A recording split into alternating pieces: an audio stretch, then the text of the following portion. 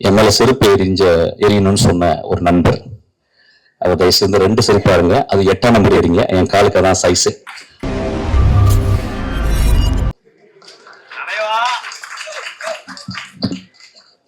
வெற்றி சொல்றான், சாஃப்டா பேசுங்க.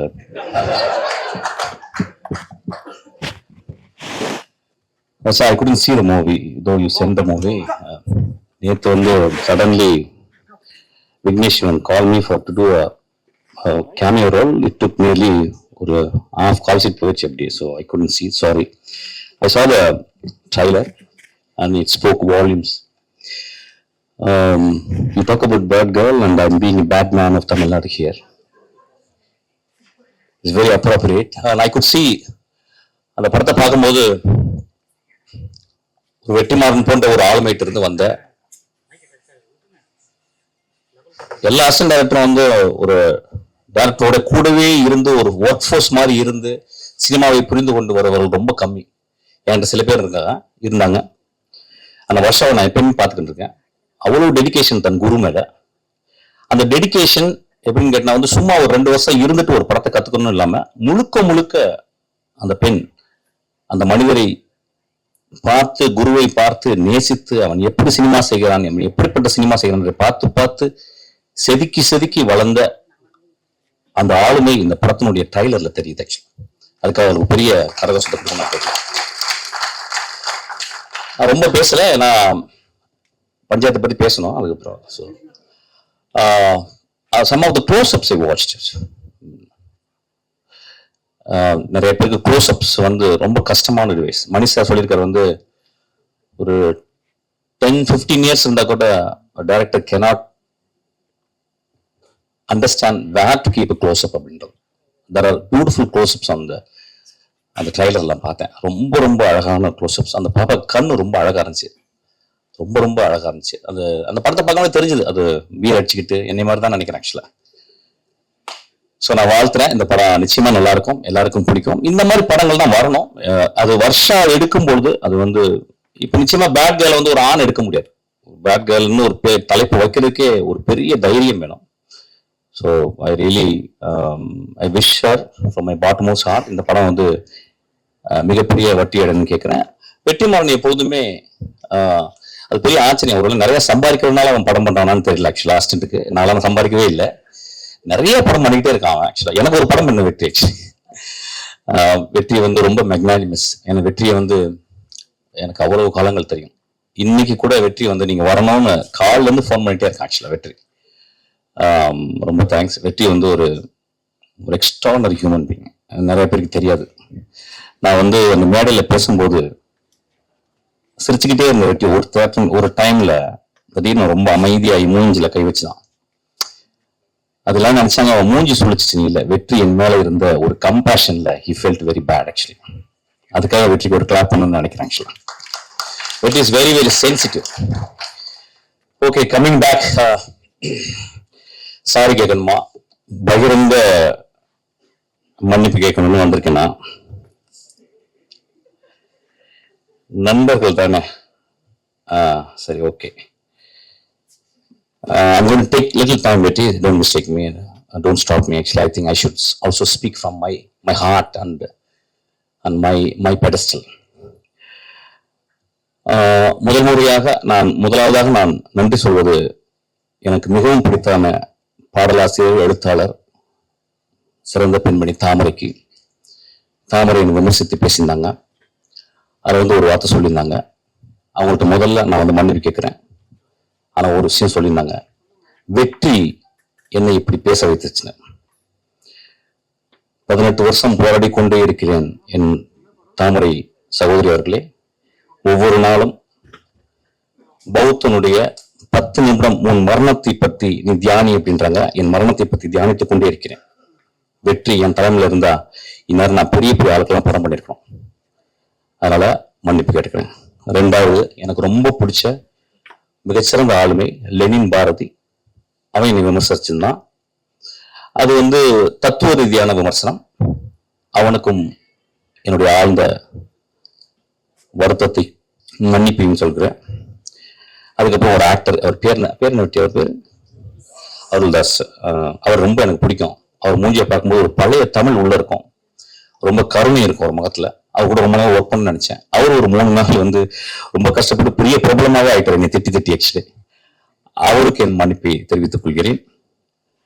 அதுக்கப்புறம் சசி அண்ணா என்னை கூப்பிட்டு வந்து நேற்று நைட் இரவு கூப்பிட்டாரு. உன்னை ஏன்டா நான் அடக்கலன்னு சொன்னாரு. அந்த அன்புக்கு நன்றி, அவரோட மன்னிப்பு கேட்கிறேன். லட்சுமி ராமகிருஷ்ணன் ஒரு 3 நாளா பேசிட்டே இருக்காங்க, நான் பேசவே இல்லை. எனக்கு என்ன பேசுவாங்கன்னு தெரியும், என் தாய் போல. அவங்களுக்கும் நான் மன்னிப்பு கேட்கிறேன். அதுக்கப்புறம் எனக்கு மிகச்சிறந்த படத்தை கொடுத்து என் தந்தை போல இங்கே கொண்டிருக்கும் திரு தான் அவர்கள். அந்த படத்தை எடுத்துருக்கும் போது இந்த மாதிரி ஒரு கான்ட்ரவர்சி பண்ணும்போது ஒரு ப்ரொடியூசர் அவருக்கு பாதிக்கும். முதல்ல அவருக்கு நான் என்னுடைய வருத்தத்தையும் மன்னிப்பையும் நான் கேட்டுக்கிறேன். அதுக்கப்புறம் வந்து என் மேல செருப்பு எரியணும்னு சொன்ன ஒரு நண்பர், அவர் தயவு செய்து 2 செருப்பா இருங்க, அது 8ஆம் நம்பர் எறிங்க, என் காலுக்கு அதான் சைஸு. அவருக்கும் என்னுடைய வருத்தத்தையும் என்னுடைய மன்னிப்பையும் நான் கேட்டுக்கிறேன். இன்னொரு மனிதர் 18 வருஷமா என்னை திட்டிக்கிட்டே இருக்காரு. இன்னும் நான் 10 வருஷம் படம் பண்ணா இன்னும் திட்டுவாரு. அவருக்கும் என்னை மன்னிப்பை நான் கேட்டுக்கிறேன். இப்ப நான் பேசலாமா? ஓகே.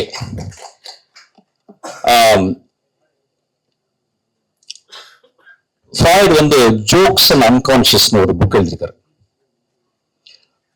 ஜோக் சொல்லும்போது, ஒரு நகைச்சுவை சொல்லும்போது அதை ரிசீவ் பண்றவங்க, அதை வாங்குறவங்க, சிரிக்கிறவங்க ஆள் மனத்துல இருந்தா சிரிக்கிறாங்க. they never react from their conscious. ஒரு ஜோக்குடைய இயல்பு. அன்னைக்கு மேடையில் அதுதான் நடந்துச்சு. நான் வந்து அதாவது அமீரிடம் அதுக்கப்புறம் 8 மாதம் மன்னிப்பு கேட்கிறேன். நிறைய பேர் அவங்க 2 பேரையும் திட்டினாங்க. அதாவது வந்து முகம் சுளிக்கிற மாதிரி பேசுறதுக்கு அவங்க சிரிச்சாங்கன்னு சொல்லிட்டு, அவங்க சிரிச்சதை விட மேல எல்லாரும் கீழே அந்த பத்திரிக்கையாலும் விழுந்து சிரிச்சாங்க. அது அந்த வீடியோல இருக்கு, அதை நீங்க பார்க்கணும். ஒரு ஜோக்கா தான் நான் மீன் பண்ணேன். ஆக்சுவலா 2-3 வார்த்தைகள் மேல போயிடுச்சு. அது அப்படிதான் சில நேரங்கள்ல அது மனதில இருந்து பேசும்போது அப்படி ஆயிடுச்சு. அதுக்காக நான் வந்து மன்னிப்பு கேட்டுக்கிறேன். ஆனா joke is meant to be a joke. அது வந்து யாரையும் அந்த இடத்துல வந்து ஒரு பர்டிகுலரான ஒரு பர்சனை நான் விமர்சிக்கவே இல்லை, ஒரு பர்டிகுலரான ஒரு மனிதனை தாக்கணும்னு எண்ணமே இருந்ததே இல்லை. என்னுடைய ரொம்ப நேசத்துக்கு சொந்தமான என் விஷால் நானும் சண்டை போடும்போது, என்னை மோசமா பேசும்போதும், என்னை பத்தி அடுத்தவங்களை தப்பா பேசும்போதும், நான் ரொம்ப வெகுண்டு மேடையில பேசும்போது ஒரு வார்த்தை கூட அவனை நான் வந்து மோசமான வசை வார்த்தைகளால் பேசல. நான் சொன்ன ஒரே வார்த்தை பொறுக்கின்னு சொன்ன வார்த்தை தான். எனக்கு அந்த வார்த்தையை சொல்லி அளந்துதான் சொன்னேன். நண்பர்களே,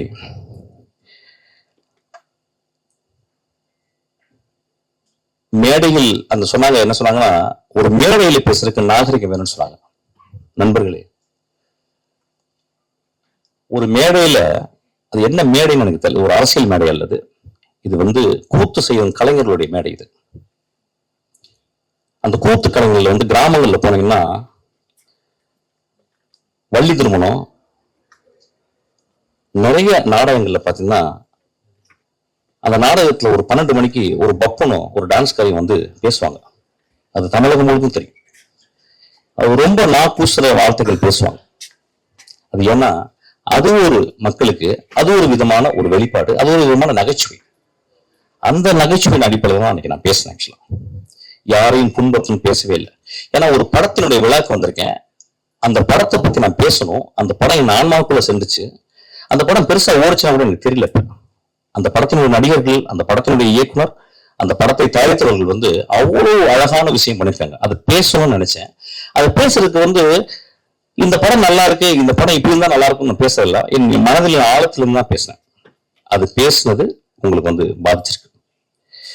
நான் கேட்கிறேன், திருக்குறள்ல காமத்துப்பால் இல்லையா, பெருமாள் முருகன் எழுதின சங்கத்துல எத்தனை தடவை அல்குல் என்ற வார்த்தையில் உபயோகிச்சிருக்காங்கன்னு சொல்லி அவருடைய கட்டுரையில் இருக்கு. இப்படி நான் சொல்லிட்டே போலாம். ரொம்ப நாளைக்கு முந்தி ஒரு படம் வந்துச்சு. அந்த படத்தின் பேரு இருட்டறைக்குள் முரட்டு குத்துக்கள். நெஞ்ச தொட்டு சொல்லுவோம். அந்த டைட்டில் முதல்ல வந்த உடனே அந்த இருட்டறைக்குள்ள முகமது அலியும் டைசனும் பாக்ஸிங் போறான்னு நினைச்சோம். மனசத்தோட சொல்லுங்க. ஒரு ஆபாசமான டைட்டில். வித் டியூ ரெஸ்பெக்ட் அந்த டைரக்டரையும் அந்த ப்ரொடியூசரையும் பத்தி நான் பேசல, ஒரு எக்ஸாம்பிள் சொல்றேன். அப்ப அந்த படத்தை பார்த்து, ஓ அதுக்குள்ள 2 பேரும் பாக்ஸிங் போட போறாங்கன்னு படம் போனா பிறகு அதே மாதிரி பாக்ஸிங்கா படத்துல இருந்துச்சு. இப்ப இந்த 10 இடங்கள்ல வந்து மோசமான விரச காட்சிகளை கொண்ட படம் இல்லையா அது?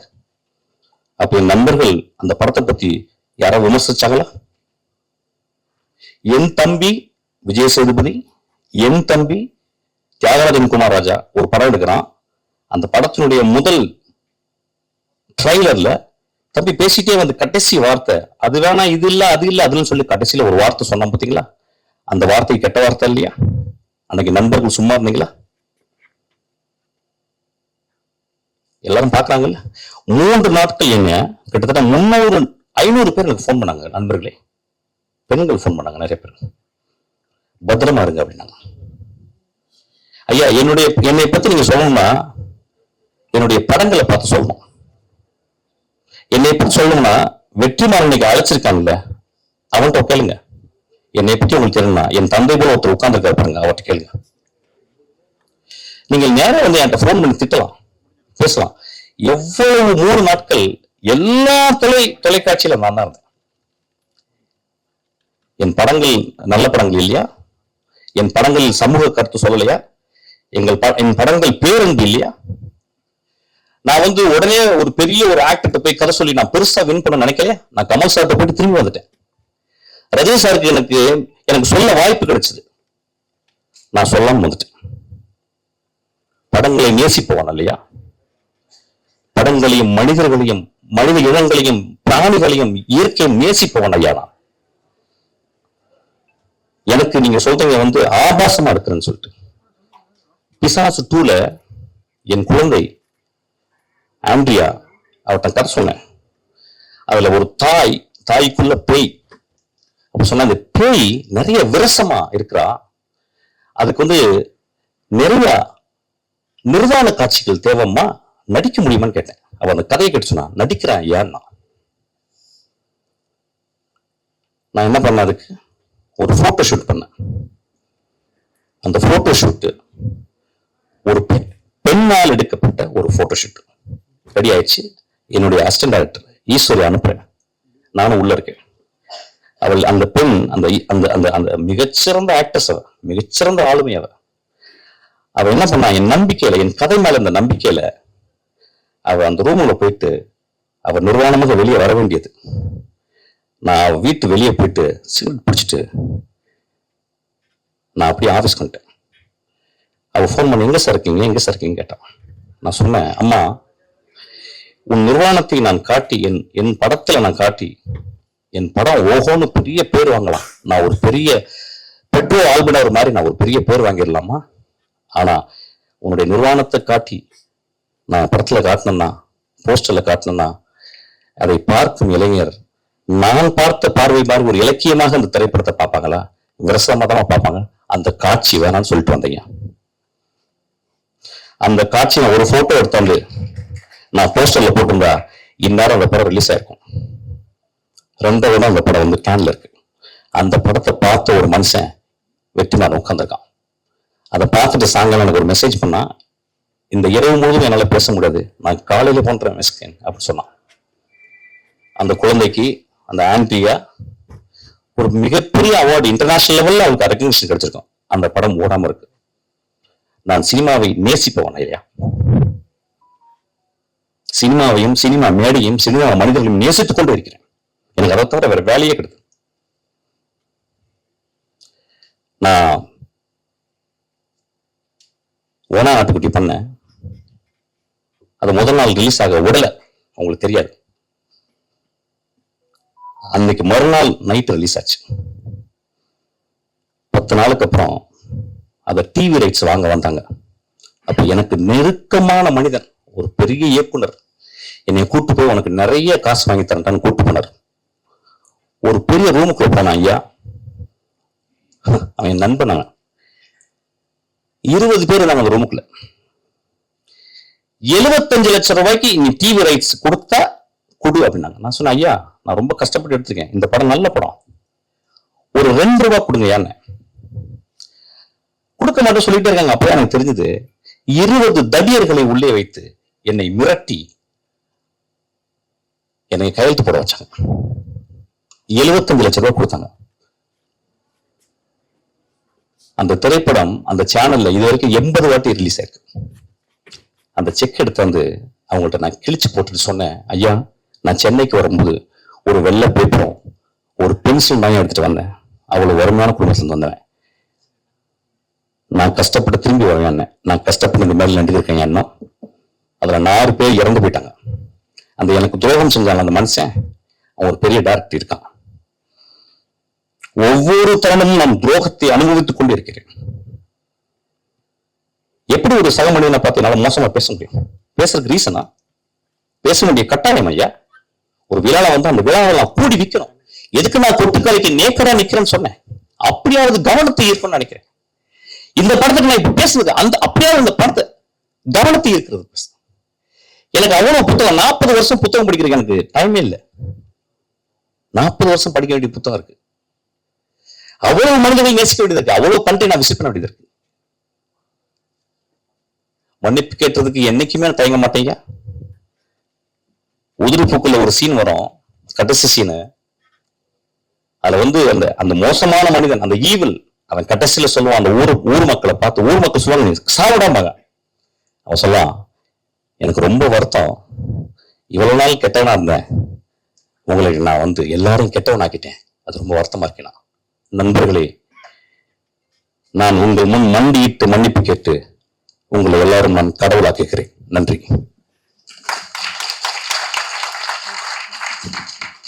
Thank you so much, sir.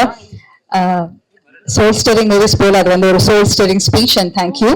அடுத்ததாக நான் ஏற்கனவே சொன்ன மாதிரி வெரி ஒன் அப்படிதான் அவங்களை சொல்லணும்னு ஆசைப்படுவேன். ஒரு